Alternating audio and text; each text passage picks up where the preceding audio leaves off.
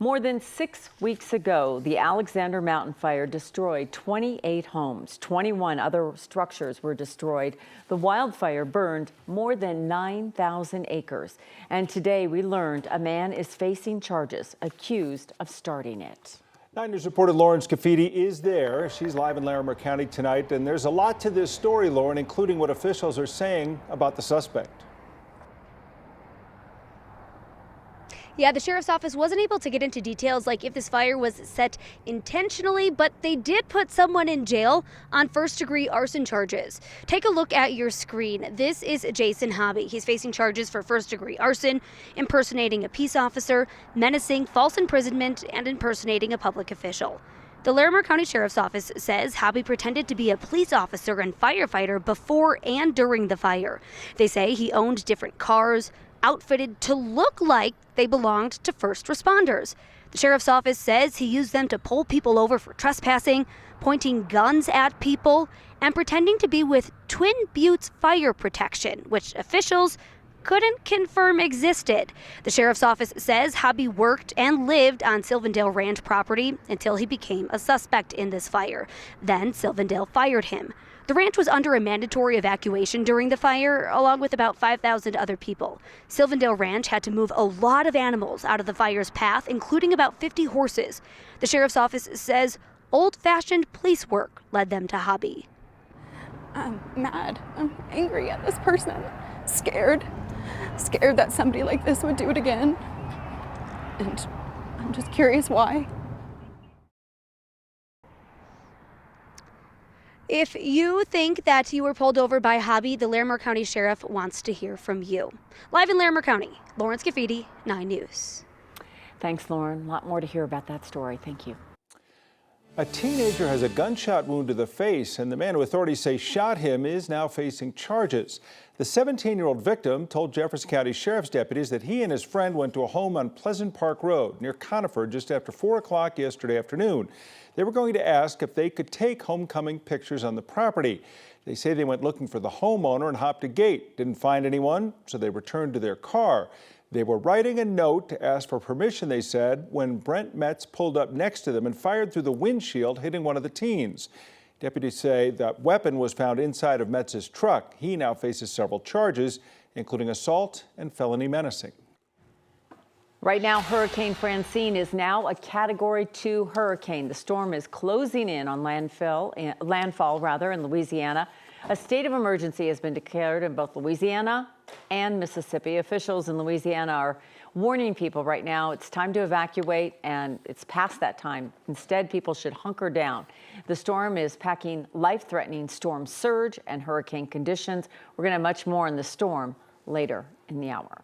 Back here in Colorado, our weather impact team is tracking some storms of our own. Yeah, we've gotten a little cloudy this afternoon, but I'm hearing about this wind that's coming. Yeah, Kathy, let's talk about what is happening because we are starting to see those storms pop up.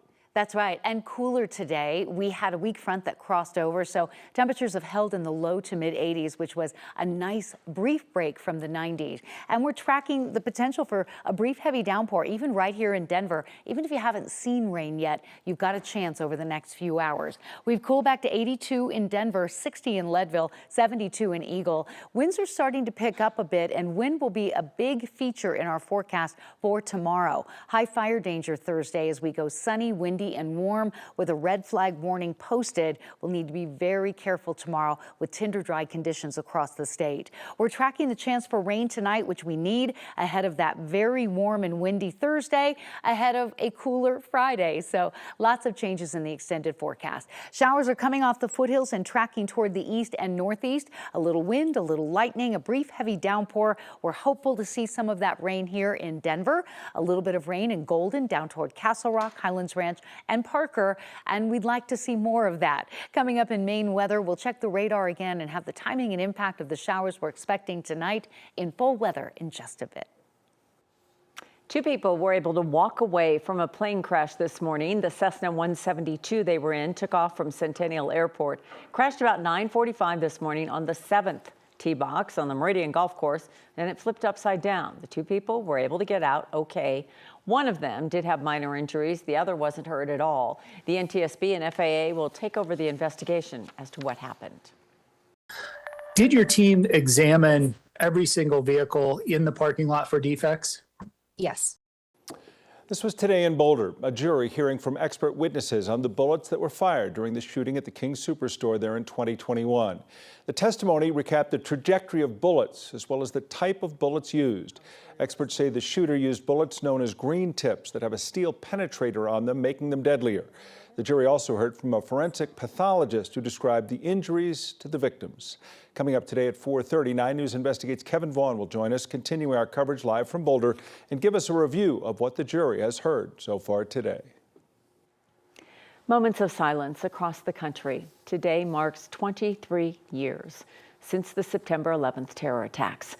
At Ground Zero in New York, where 3,000 people lost their lives, a ceremony was held, reading every name and ringing a bell to honor their life. Several political leaders were there, including President Biden, Vice President Harris, and former President Trump there as well. They shared another handshake following last night's debate. The names were also read this morning in Shanksville, Pennsylvania. That's where passengers and crew of Flight 93 crashed their plane, preventing hijackers from hitting another American landmark, the U.S. Capitol. In Colorado, several events were held in the metro area to honor the lives lost. Firefighters joined others at Red Rocks this morning for the annual stair climb. The group climbs the equivalent of the 110 stories of the World Trade Center, which is 9 laps around the amphitheater. One of Denver's skyscrapers in downtown Denver hosted another annual event. That's the event at 18th in California, and that brings together more than 300 Colorado firefighters. They actually would climb the building twice to try and simulate the number of stories at the World Trade Center. This year's group included some firefighters who weren't even alive when the attacks themselves happened, or others who were just a few years old. They described taking on this challenge for an event they've only learned about through history books. It's just important for people like me that don't necessarily understand what it was like that day, or people that weren't born, to kind of take on that legacy for the members that probably were alive that day. Just last week, 32 more names of first responders who have died after the attacks due to illness were added to the World Trade Center Memorial. And that number actually now tops the amount of firefighters who lost their lives on 9/11 itself.